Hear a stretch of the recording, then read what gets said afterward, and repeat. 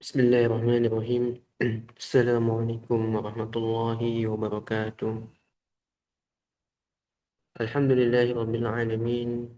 Wabihi nasta'inu ala umuri dunya waddin. Amma ba'du. Teman-teman, di sini saya akan membahas tentang tafsir tahlili Quran surat Qaf ayat ke-6 sampai dengan ayat ke-11. Yang mana dalam ayat ini kita akan membahas tanda-tanda kekuasaan Allah Subhanahu wa ta'ala yang tersebar luas di seluruh alam semesta. Baik, langsung saya bacakan ayatnya, kemudian nanti saya bacakan artinya dan juga eh, langsung ke tafsirnya. A'udzu billahi minasy syaithanir rajim. Bismillahirrahmanirrahim. أفلم ينظروا إلى السماء فوقهم كيف بنيناها وزيناها وما لها من فروج والأرض مددناها وألقينا فيها رواسي وأنبتنا فيها من كل زوج بهيج تبصرة وذكرى لكل عبد منيب ونزلنا من السماء ماء مباركا فأنبتنا به جنات وحب الحصيد والنخل باسقات لها طلع نضيد رزقا للعباد وأحيينا به بلدة ميتا كذلك الخروج, yang artinya ayat ke-6, maka tidakkah mereka memperhatikan langit yang ada di atas mereka, bagaimana cara kami membangunnya dan menghiasinya dan tidak terdapat retak sedikit pun. Dan bumi yang kami hamparkan dan kami pancangkan di atasnya gunung-gunung yang kokoh. Dan kami tumbuhkan di atasnya tanaman-tanaman yang indah. Untuk menjadi pelajaran penting dan peringatan bagi setiap hamba yang kembali atau tunduk kepada Allah. Dan dari langit kami turunkan air yang memberi berkah. Lalu kami tumbuhkan dengan air itu pepohonan yang rindang dan biji-bijian yang dapat dipanen. Dan pohon kurma yang tinggi-tinggi yang mempunyai mayang yang bersusun-susun. Sebagai rezeki bagi hamba-hamba kami, dan kami hidupkan dengan air itu negeri yang mati atau negeri yang tandus. Seperti itulah terjadinya kebangkitan dari kubur.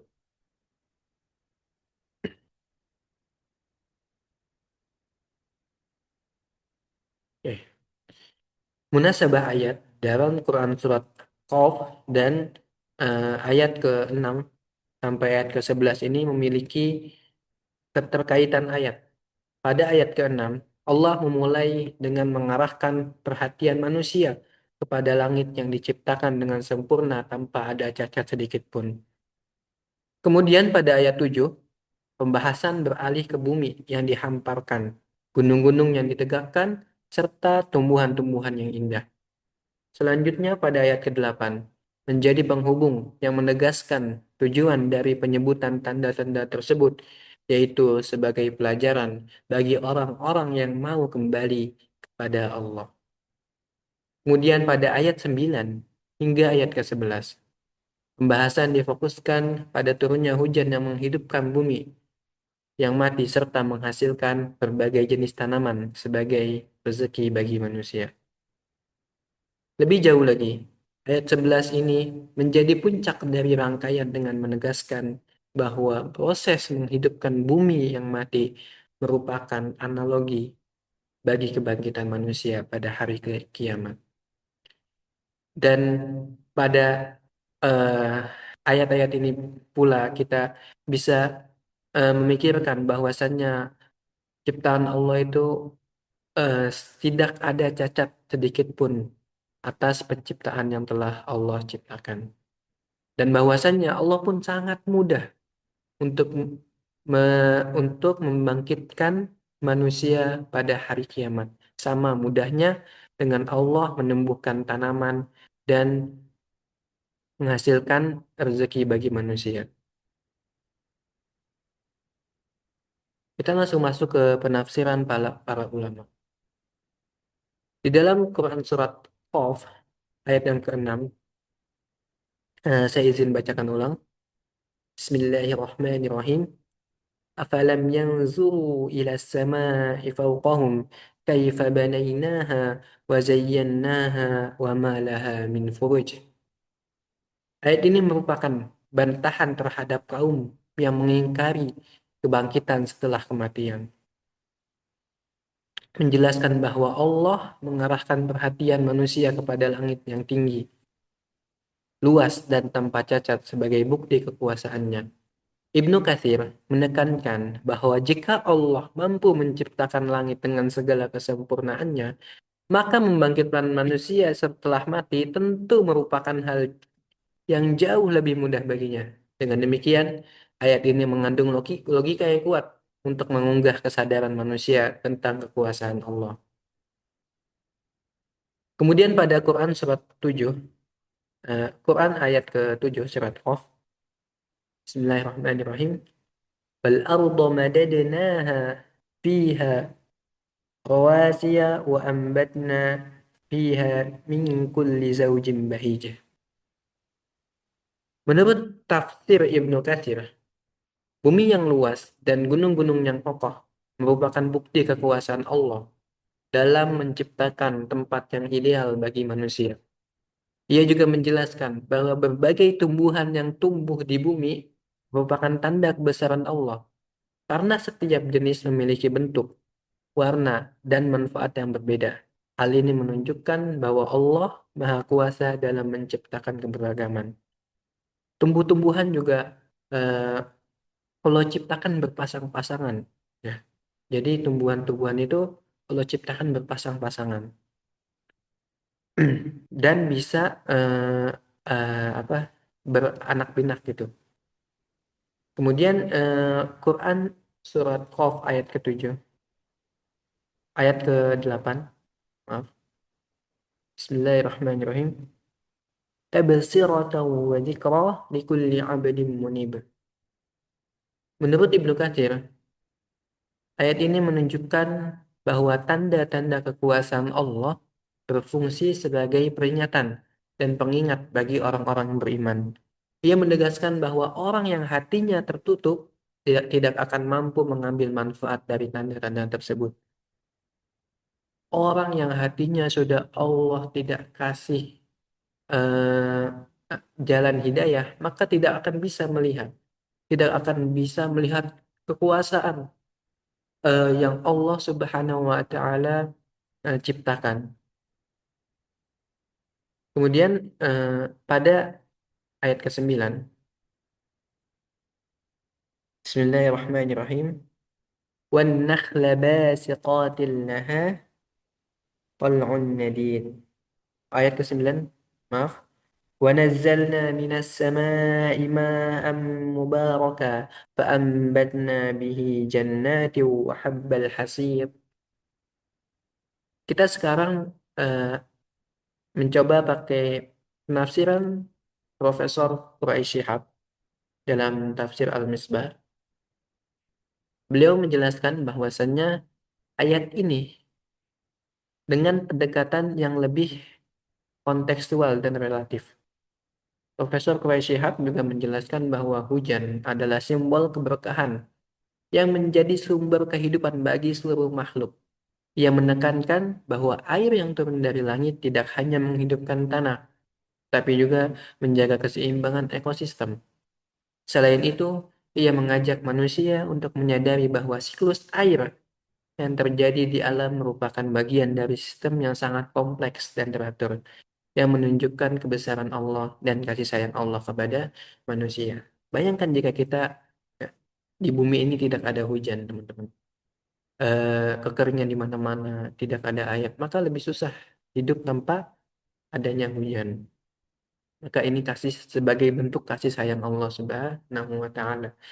Dan siklus hujan itu juga merupakan sistem yang sangat-sangat kompleks dan teratur, di mana dari eh, laut kemudian menguap ke awan, kemudian awan menurunkan lagi ke sungai-sungai, ke bumi, menumbuhkan tumbuhan, dan itu terjadi begitu terus seterusnya.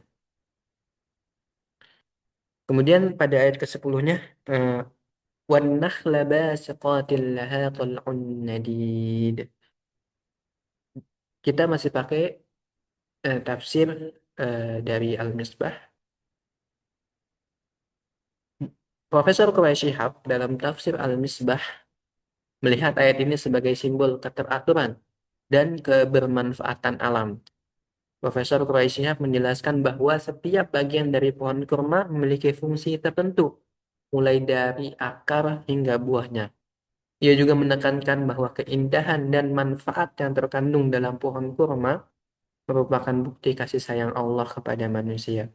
Oleh karena itu, manusia seharusnya tidak hanya menikmati hasilnya, tapi juga merenungi makna di balik penciptaannya. Buah kurma, buah kurma itu adalah salah satu buah yang sangat sehat.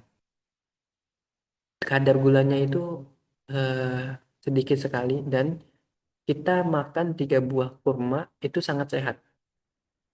Makanya Rasulullah SAW menganjurkan kita untuk ketika sahur untuk sahur dengan kurma dan air putih. Itu sudah cukup untuk imun kita seharian sampai ketika menjelang berbuka. Dan eh, ketika makan buah kurma ini beda sih ya sama ketika sahur pakai nasi ataupun mie. Kalau misalkan pakai kurma ini biasanya kita jadi lebih bertenaga, lebih apa sih namanya, produktif gitu, nggak ngantuk-ngantukan. Beda kalau sama nasi itu kadang kita masih suka ngantuk-ngantukan gitu. Kemudian ayat ke-11-nya, ayat yang terakhir, Bismillahirrahmanirrahim. Rizqan lil ibadi wa ahyayna bihi baldatan maita. Kadzalikal khuruj. Masih pakai tafsir Al-Misbah, Muhammad Profesor Quraish Shihab menjelaskan bahwasannya ayat ini mengandung pesan yang reflektif tentang siklus kehidupan. Profesor Quraish Shihab menjelaskan bahwa proses hidupnya kembali bumi yang mati merupakan fenomena yang dapat disaksikan secara langsung oleh manusia. Sehingga seharusnya tidak sulit untuk mempercayai adanya kebangkitan. Ia juga mengajak manusia untuk menggunakan akal dan hati dalam memahami ayat ini, sehingga dapat memperkuat keimanan terhadap kekuasaan Allah dan hari akhir. Di dalam ayat ini, Allah menjelaskan bahwa begitu mudahnya Allah Subhanahu wa Ta'ala apa sih, memperlihatkan bahwasannya ada loh kehidupan setelah kematian itu. Seperti ayat ini, bahwasanya Allah bisa menghidupkan bumi yang mati dengan menurunkan eh, air hujan, tumbuh-tumbuhan, kemudian rezeki bagi seluruh manusia yang tadinya bumi itu mati tandus. Allah bisa hidupkan lagi. Dan itulah begitu mudahnya pula Allah membangkitkan kita nanti di hari kiamat. Makanya seharusnya nggak sulit untuk kita mempercayai adanya hari kebangkitan. Tergantung kitanya mau mikir atau enggak. Dan tergantung juga kepada hidayah Allah Subhanahu wa Ta'ala. Profesor Quraish Shihab juga mengajak kita untuk menggunakan akal dan hati dalam memahami ayat ini. Sehingga ayat-ayat dari ayat ke-6 yang tadi saya bacakan sampai ayat ke-11 ini sebenarnya untuk memperkuat keimanan kita terhadap kekuasaan Allah Subhanahu wa taala yang ada di muka bumi ini. Bahwasanya kekuasaan Allah bisa menjadikan iman kita menjadi lebih kuat dan mempercayai adanya hari akhir dan juga hari kebangkitan, teman-teman. Kemudian kita langsung kepada kesimpulannya. Berdasarkan pembahasan terhadap surat Qaf ayat ke-6 sampai ayat ke-11, dapat disimpulkan bahwa ayat-ayat tersebut menegaskan tanda-tanda kekuasaan Allah yang tampak jelas di alam semesta, seperti penciptaan langit yang kokoh, langit yang tidak ada tiangnya. Begitu indah langit, bisa menaungi tanpa harus adanya tiang, bumi yang terhampar, gunung-gunung yang menstabilkan, gunung-gunung yang menjadi pasak-pasaknya. Kalau kita bangun tenda itu berarti gunung itu pasaknya, supaya bumi ini stabil, serta tumbuhan-tumbuhan yang beraneka ragam yang darinya kita bisa makan, kita menghasilkan apa sih namanya, vitamin-vitamin dari tumbuhan tersebut. Semua fenomena tersebut menunjukkan bahwa alam ini diciptakan dengan keteraturan dan juga tujuan. Oleh karena itu, manusia diperintahkan untuk memperhatikan dan merenungi ciptaan tersebut sebagai bukti nyata keesaan dan kekuasaan Allah Subhanahu wa taala. Penafsiran dari berbagai kitab seperti yang tadi kita sudah sebutkan Ibnu Katsir, kemudian tafsir Al-Misbah juga menunjukkan adanya kesamaan dalam memahami ayat-ayat tersebut sebagai dalil tentang kekuasaan Allah dan bukti kebangkitan manusia setelah kematian. Meskipun terdapat perbedaan dalam pendapat penafsiran, baik yang berbasis riwayat maupun kontekstual, semuanya saling melengkapi dalam memberikan pemahaman yang komprehensif terhadap makna-makna ayat-ayat tersebut.